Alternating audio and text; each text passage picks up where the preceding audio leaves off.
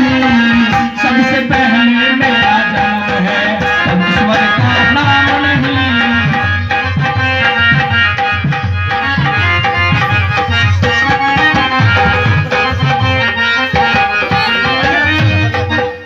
तुझे नंबर पर आज्ञा आई, उससे पहले कुछ भी नहीं।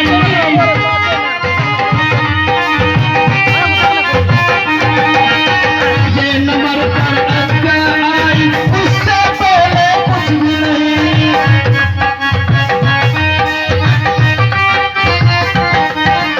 पाप पुण्य का मैं ही करता, पाप पुण्य का मैं ही करता, और दूजा कोई काम नहीं। सबसे पहले मेरा जन्म है, तब ईश्वर का नाम नहीं। सबसे पहले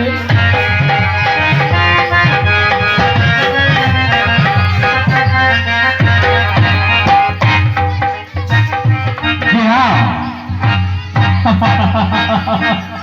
और सतपुरुष ने जब मुझे ये सब कुछ वरदान में दे दिया, और मैं जब वहां पहुंचा, फिर भी वह राज्य पाकर मैं अपने आप को खुश नहीं था, क्योंकि सतपुरुष के द्वारा मुझे इतनी बड़ी राज्य की प्राप्ति तो हो गई, लेकिन इस सृष्टि पर एक भी जीव जंतु पशु प्राणी कीट पतंग नदी नाला पेड़ पौधे कुछ भी नहीं था।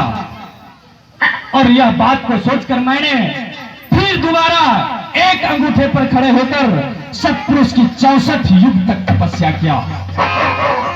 और फिर सतपुरुष ने खुश होकर वही सहज को मेरे पास भेजा, और मैंने सहज से बताया कि ऐ सहज, सतपुरुष से जाकर बताओ कि मुझे इस सृष्टि पर जीव का निर्माण करना है, मुझे सतपुरुष से जीव दिलवाओ।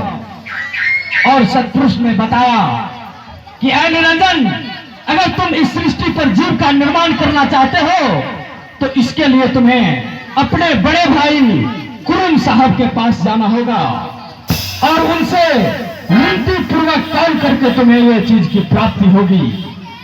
अगर तुम वहां जाकर के कुरुम साहब से विनती पूर्वक इस जीव को प्राप्त करते हो, तो तुम्हारे सृष्टि पर कभी भी कोई समस्या नहीं होगा, तुम्हारे सृष्टि पर कभी लड़ाई झंझट नहीं होगा, कभी भी दुर्व्यवहार दुराचार कुछ भी नहीं होगा। इतना ही नहीं, तुम्हारे सृष्टि पर कोई व्यक्ति अकाल मौत भी नहीं मरेगा। फिर क्या, मैंने सतपुरुष के बताए हुए रास्ते पर मैं कुरुम साहब के पास पहुंचा, और जब मैंने विनती पूर्वक उनसे ये सब बातें पूछा, तो उन्होंने इनकार कर दिया। कुरुम साहब ने मुझसे बोला कि ऐ निरंजन, मैं ये सब कुछ तुझे नहीं दे सकता, और तब तक नहीं दे सकता जब तक सतपुरुष आकर मुझे न बता दे।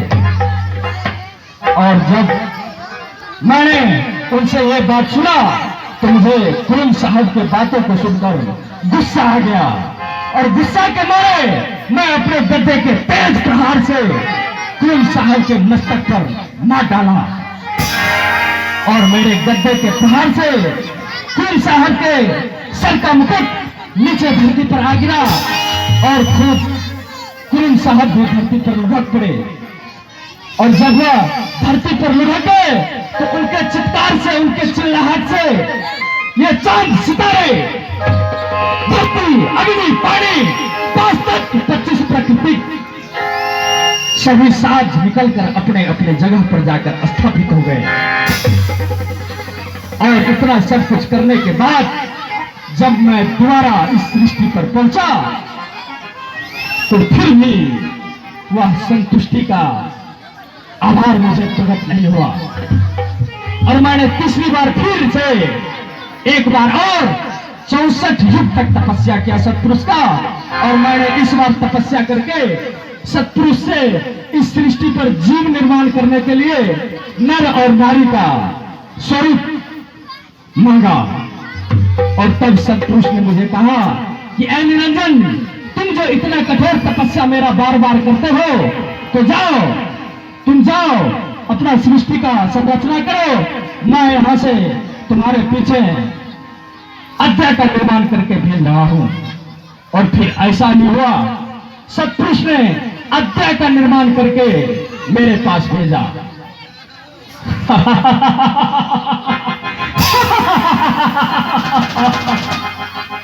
अध्याय का वो स्वरूप को देखते ही मैंने अपने नख से उसे खाकर निकाल डाला और अध्याय अब मेरे औध में बंद हो गई थी।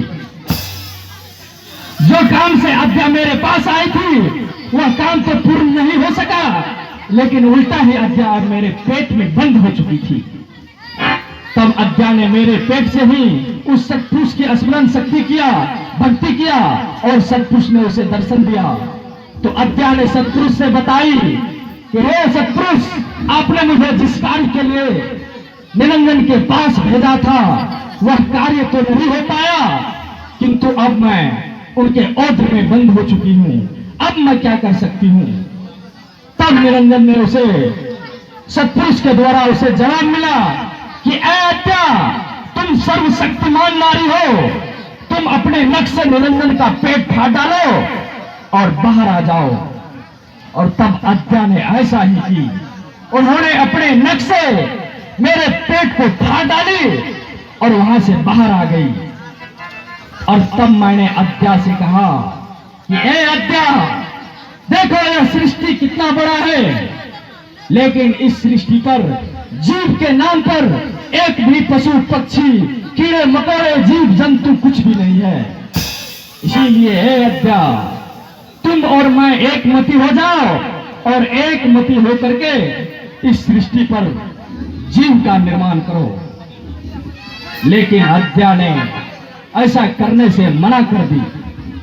उन्होंने मुझे बताई कि ए भाई, जिस पुरुष के संतान आप हैं उसी सत्पुरुष का संतान मैं भी हूं। इस रिश्ते से हम और आप भाई बहन के रिश्ते में आते हैं, इसीलिए ऐसा करना पाप होगा। पाप ही नहीं, महापाप होगा।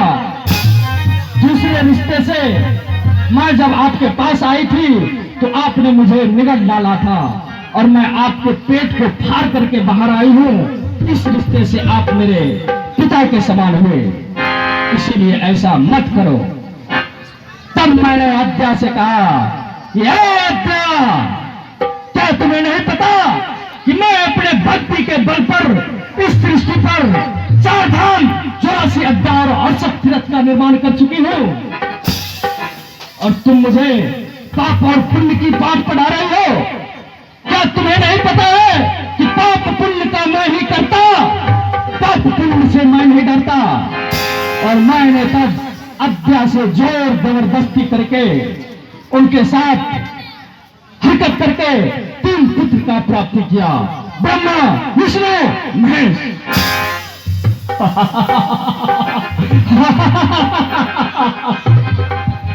फिर क्या, जब मैंने तीनों पुत्र को प्राप्त कर लिया, तब उन तीनों पुत्र को प्राप्त करने के बाद मैंने अध्या से कहा कि ए अध्या, तुम इन तीनों पुत्र के साथ इस सृष्टि का संरचना करो और मैं यहां से जा रहा हूं।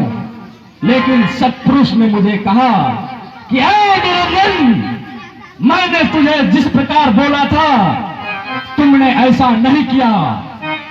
तुमने अध्या के साथ बलात्कार किया है और कुरुम साहब के साथ अत्याचार किया है। इसीलिए मैं तुझे कुपित होकर श्राप देता हूं कि तुम प्रत्येक दिन 1 लाख जीव का भोजन करोगे और 1.25 लाख जीव का उत्पत्ति भी करोगे। और उसी सत्पुरुष के श्राप से श्रापित होकर आज भी मैं इस सृष्टि पर 1 लाख जीव का प्रत्येक दिन भोजन करता हूं और 1.25 लाख जीव का उत्पत्ति भी करता हूं। आज भी अगर कोई इस सृष्टि पर अकाल मौत होता है तो इसी काल पुरुष निरंजन का हाथ होता है। चाहे वह मौत छत या वृक्ष से गिरकर क्यों न होता हो, गोली बंदूक फरसे से कटकर क्यों न होता हो, या कोई भयंकर एक्सीडेंट से क्यों न होता हो, कोई अकाल मृत्यु होती है तो सभी के पीछे इसी काल पुरुष निरंजन का हाथ होता है। लेकिन यह क्या, ये मैं क्या देख रहा हूं?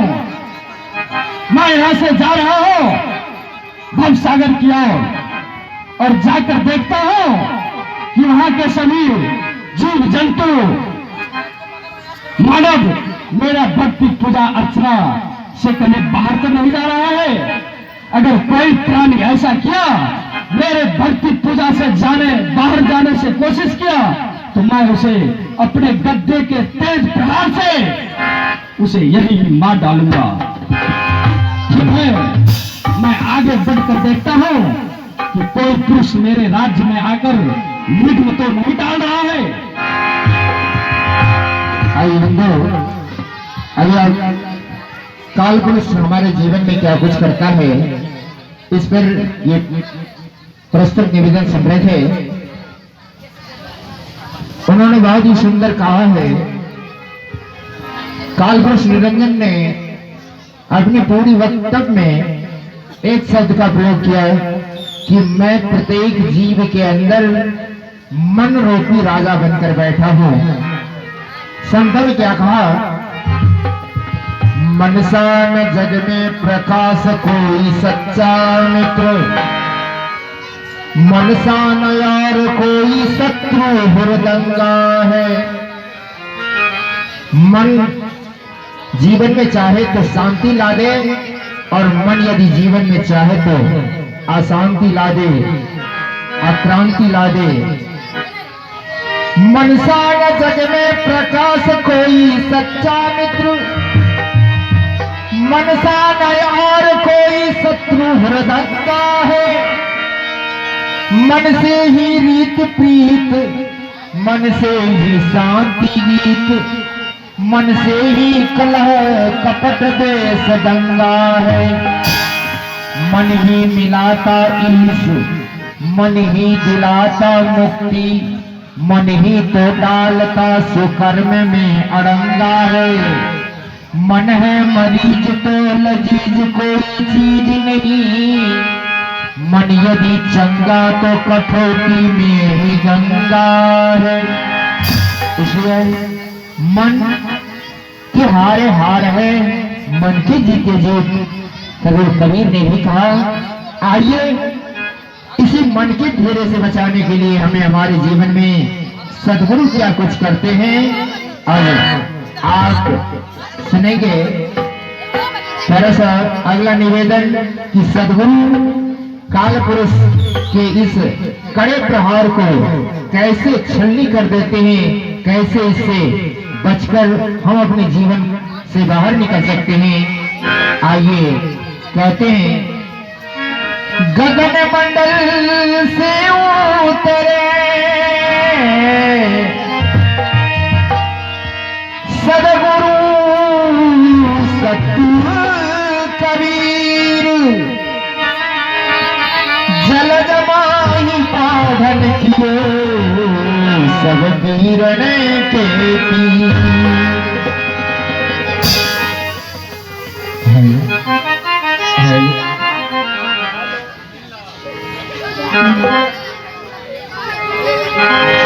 कैरी पर